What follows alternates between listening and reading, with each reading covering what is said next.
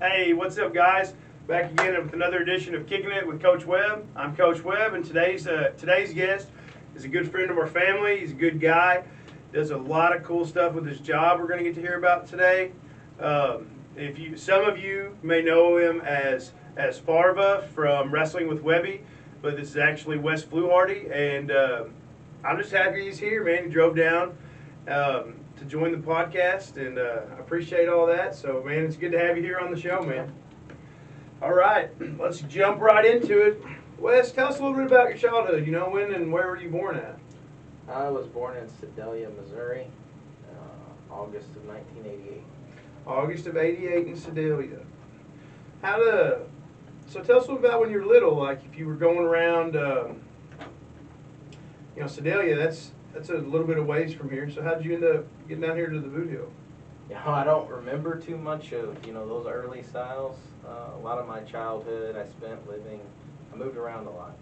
Yeah. I remember living in Dexter, moving to Poplar Bluff, living, in the Sykeston area.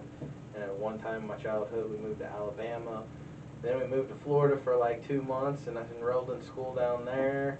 And then we ended up moving back to Dexter, and I was going to school in Bluff for a little bit, and I guess my sister told the counselor that we were living in Dexter, so they kind of said, okay, you can't play sports here, you need to go to Dexter, and that's where I ended my childhood there. Okay, so let's go into a little more detail about why you had to move so much. Were you a military kid, or what was going on there? My father, he worked a full-time job, and he was a full-time student. He went around a lot, like he went to school at SIU, he went to school at SEMO, he went to school down in Arkansas, and we kind of moved basically located on where he was going to school at. Mm-hmm. So Bluff, we'd be down in Arkansas for school. We lived down here in Sykeston, and it was ISU, and then I think SEMO was just a little bit of everywhere. Mm-hmm. So what does he do now? Well, he's actually a truck driver. Okay. So did he use the school, or what happened? Yeah, he used his school. He actually was working at Briggs & Stratton in Poplar Bluff for the longest period of my life, yeah. My childhood that I remember. And then after he got his degree, he transferred to Alabama. That's where the Alabama started. Okay. And things just weren't working with that employer anymore. So we decided to move down to Florida. And then my dad went back on the road, and we decided we wanted to come back to Missouri. Okay. So that's how you ended up getting back to the Dexter area there? Yes. Okay. So tell us a little bit about it. So like when you were in school, maybe once you settled down a little bit, what kind of things did you like to do? School, well, in school I played sports. Yeah.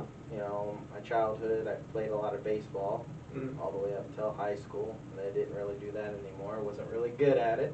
Yeah. I played basketball because went down in Bluff. I lived actually in Neelyville. Okay. And I played basketball there. I wrestled. I played football.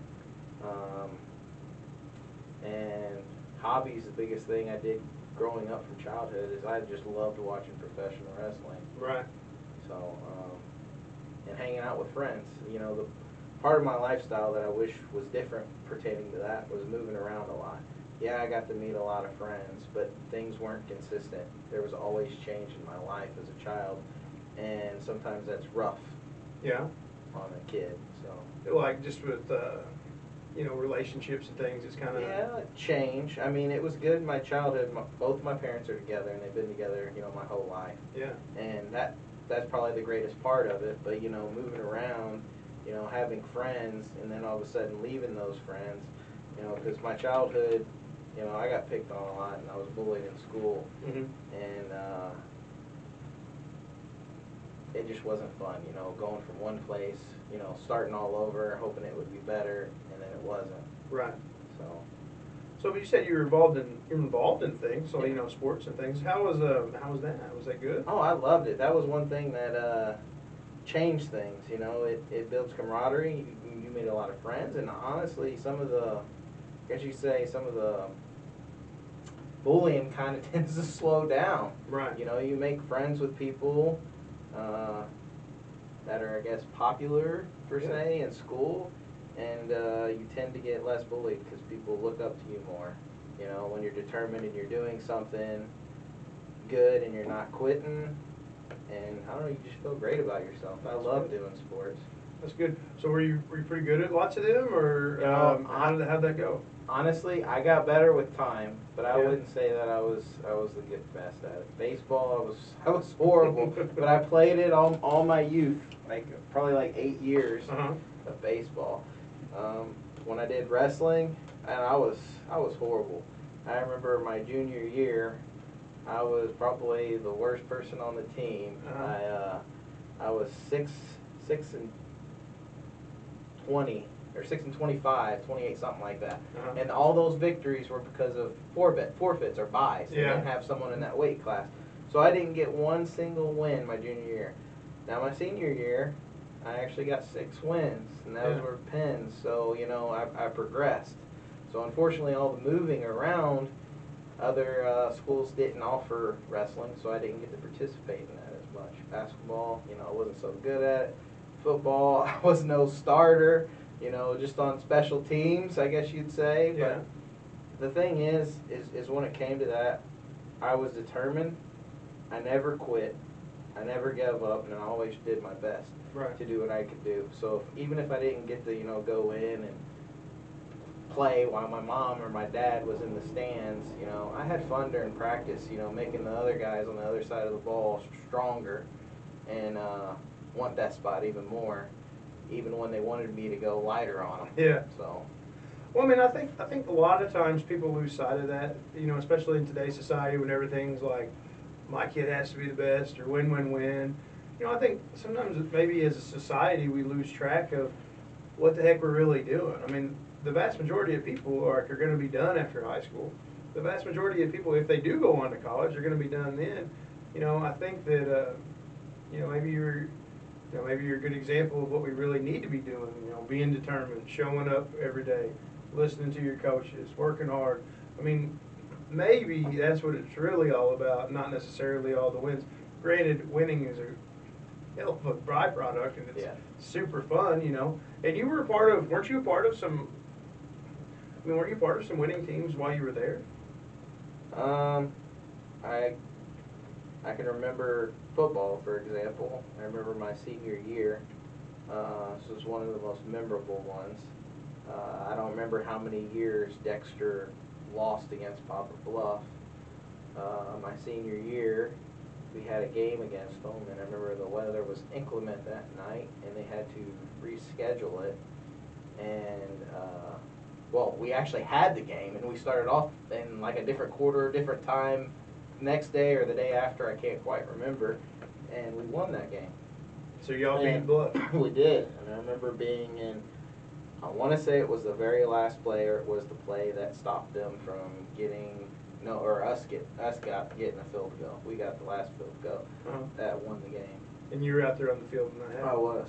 So you could say that, I mean, you were part of it. You were part of it, that was extremely tough. I mean, you know, you sitting there building the wall, so these big, large guys can't, you know, get through, and you know your coach and your teammates counting on you to do that for them, and that was one of the most memorable moments that I can remember of football. Yeah, that's exciting. Yeah. That's cool. All right, so maybe that's kind of a lot about high school. You got some neat stuff I want to talk about after high school. So you graduated high school, right? Yes. And then what happened to you? What'd you do, man? Probably about a year before I graduated.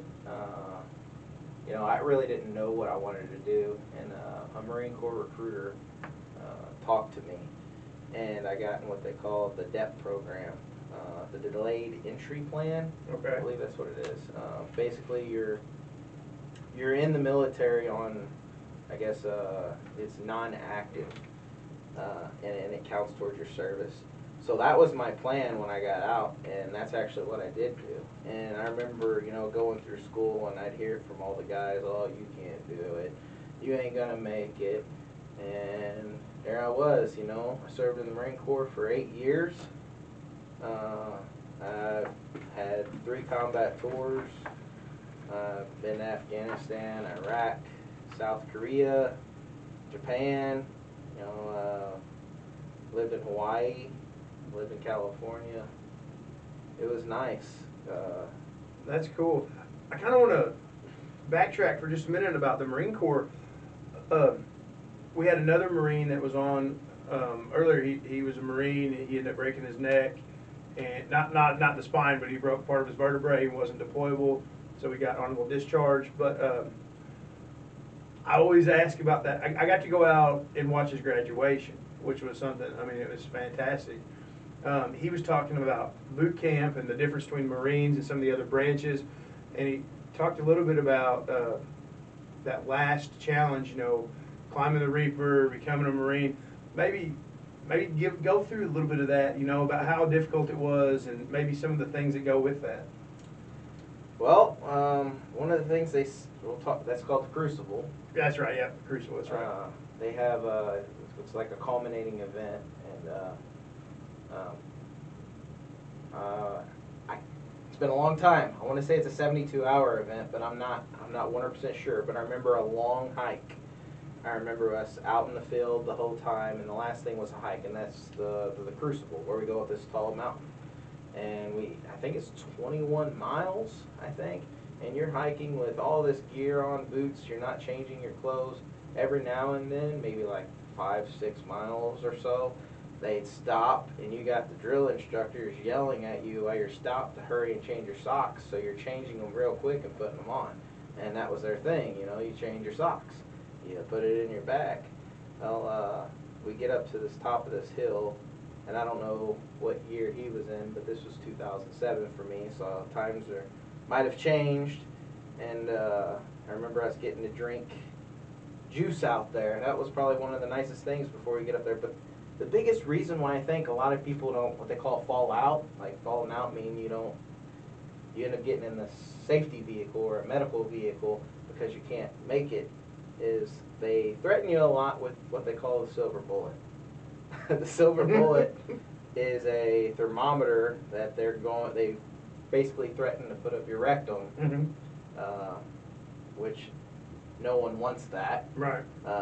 If you fall out. So you're carrying your weapon, I can't remember, you might have plates on the front and the back, I can't remember. You got a lot of gear, it's heavy, and you're walking this fast pace. It ain't like you're slow paced. You gotta walk as fast as the team's walking together. It's not a run pace, but sometimes there's long stretches, and a lot of times they do cadences while you're doing these walks, and they'll say tighter. You say tighter, aye sir, and you get closer to the individual in front of you. They'll say touch them, so you've got to touch the individual in front of you, and then all the recruits say kill. Touch them, kill, touch them, kill, touch them, kill them all. And they get, they brainwash you with all this stuff they give you at boot camp. But that's what I remember. There was no falling out for me, and this hill was just like this, straight up, and it was memorable. I know that during my time, they didn't give us the Eagle Globe and Anchor on top of the Crucible during the time that I was in. That's what they usually do. But they, boot camp, it's 13 weeks in the Marine Corps. It was 3 phases. And phase 2 was where they did the Crucible. And just during our time frame, we didn't get the EGA until the end. Oh, okay. And that was in 3rd phase, I think the day before we graduated. So, overall, being a Marine, if you had to do it over again, would you do it again? Oh, yes, man. I wish I would have stayed in. Really? I loved it, yeah. So let's talk, okay, so you go through boot camp. I mean, great experience. I mean, it's hard, but learned a lot from it, became a man kind of, and then, so then, you went on all these tours and stuff. So what did you do in the Marines? What was your job? Well, I was a field radio operator. Okay. That was my job title. That's what I was supposed to be doing. So you go through boot camp, then then you come home on leave for 10 days, and then you go to Marine Combat Training, MCT. And basically, that's probably like a month and a half. In the Marine Corps, every Marine's a rifleman. So we're all basic infantrymen. So unlike that's what sets the Marine Corps apart from all the other branches. So you may see, Army or Navy or something go on. I've seen some in the airports and they don't have weapons on them going to a foreign country because their job title doesn't, they don't have to carry a weapon. But you will see every Marine carrying a rifle, no matter what. They will be carrying some type of weapon on them. And we get trained at MCT, and then you go to your MOS school. And mine was in good old 29 Palms, California. And I learned how to use radios and put encryptions inside them. And then from there, I went to Hawaii. I went with an infantry unit called 1st Battalion, 3rd Marines. Initially, I was supposed to deploy with communications to Iraq. However, they call the Marines a few proud, so we learn everything. One day you can do your job, next day you're what they call police calling, picking stuff off the ground. You're like janitor. That's what you are. Every Marine's a janitor, not only a rifleman. So is that what they say? Basically, I mean, you get people online side by side sometimes in the Marine Corps, and we police call. It's usually the younger Marines, but if they see trash or anything on the ground, you're gonna have a straight line, one arm distance, and you'll have, a supervisor up in the front say, step, bend over, pick it up, literally, and that's what you do. It's kind of feels childish, and they call it by the numbers, but that's how they trained you, to make sure that everything was perfect. That's what the Marine Corps was. They wanted everything perfect. But anyways, back to the topic.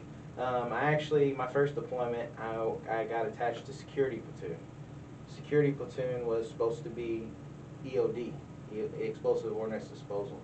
And that's what I was initially supposed to do, but then security platoon turned into a detention facility and EOD. So certain people went to EOD, certain people went to the detention facility. What a detention facility is a collection point for offenders that do wrongdoings in a foreign country, I guess you'd say. Okay. So instead of them being a prisoner of war, they'd be a detainee. And that's where I worked in Iraq. It was a detention facility. I cared for the detainees, whether they killed my buddy, shot at us, or whatever it is, blown us up.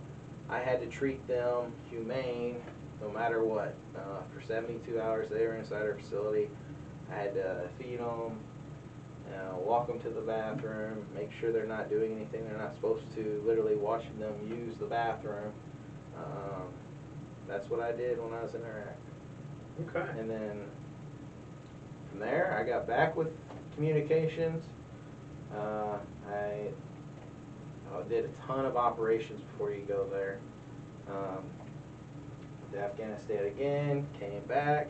It's like 6 months back in Hawaii, then 7 months in Afghanistan, and then back. It's like nonstop. And then during that 6 months, you're not in Hawaii the whole time. You're going to California for like a month and a half. You're going to the Big Island of Hawaii for like a month. And when you go to the Big Island, it's not playtime. You're going there to train. So you're out in the field. You're not like getting a shower every day. You're sitting on top of a mountain, setting up antennas so people can communicate from one side of the mountain to the other side of the mountain. It was a lot of fun, And then when I got done there and I got promoted, highest promotion was sergeant, and got numerous awards with the 1st Battalion, 3rd Marines. I went to California, and my plan initially was to make this a career. I wanted to stay in the Marine Corps, and I went with amphibious assault, 3rd amphibious assault battalion. Okay. And so what does that mean for the people maybe listening that don't know what that is? It's an Amtrak. The easiest thing to explain is it kind of sort of looks like a tank. I'm sorry if there's any Amtrakers watching this, but it's not a tank, but it resembles one, and it floats in the water. Oh, okay. It drives on land and in sea. Okay. I don't know if you watched the news lately. That's where the Marines died. Was off of an AAV. Really? That sank in the ocean. So they're probably just trapped inside or something? Or? Well, because they teach you not to open the vehicle, the hatches on the top, until it's fully submerged. So I'm not sure if it's because of the pressure, but they tell us when you get to the bottom, there's like usually no chance. You know, you got all that pressure on you. Right. But they send you through training and stuff on that. But when I was there, I got attached to a company, Alpha Company, and I was actually the supervisor of communications for that company. So I did, you know, I was like, I requested frequencies and all kinds of stuff for the whole company and doing ops. And that was a lot of fun. And we deployed to Okinawa, Japan, and I was out there, I don't know, about 8-9 months. Came back and did it again. And then when I went that next time, I was able to go to South Korea for about a month. And then I went to mainland Japan, Mount Fuji for a few weeks, and then came back to Okinawa. So when you're out there to those two places, did you get to see the border between North Korea and South Korea? Yes, I did. The Was it pretty? DMZ. Was it pretty crazy or no? No, it wasn't crazy. I mean, I watched a lot of the video footages. I went to all the, because they gave us one day when we were out there to go to the DMZ, and it was really interesting. I got a piece of wire from the DMZ at my house on a little plaque, but I got to see, you know, the North Korean and South Koreans, and they're standing, you know, right there on the lines. That was pretty cool. I got pictures on my social media account. Really? Yeah, I can show you after this if you like. But I mean, it was really cool. You know, you think that the Marines have a lot of bearing just standing there, but I mean, it was hot, and you know, and these guys are wearing, you know, these metal helmets and standing there with their arms out to their sides like this, and you know, you can say whatever you want, and there's no smirks or anything. Really? So That's crazy. Yeah. So what was it like overseas? Was it awesome in Japan or no? Or what do you think?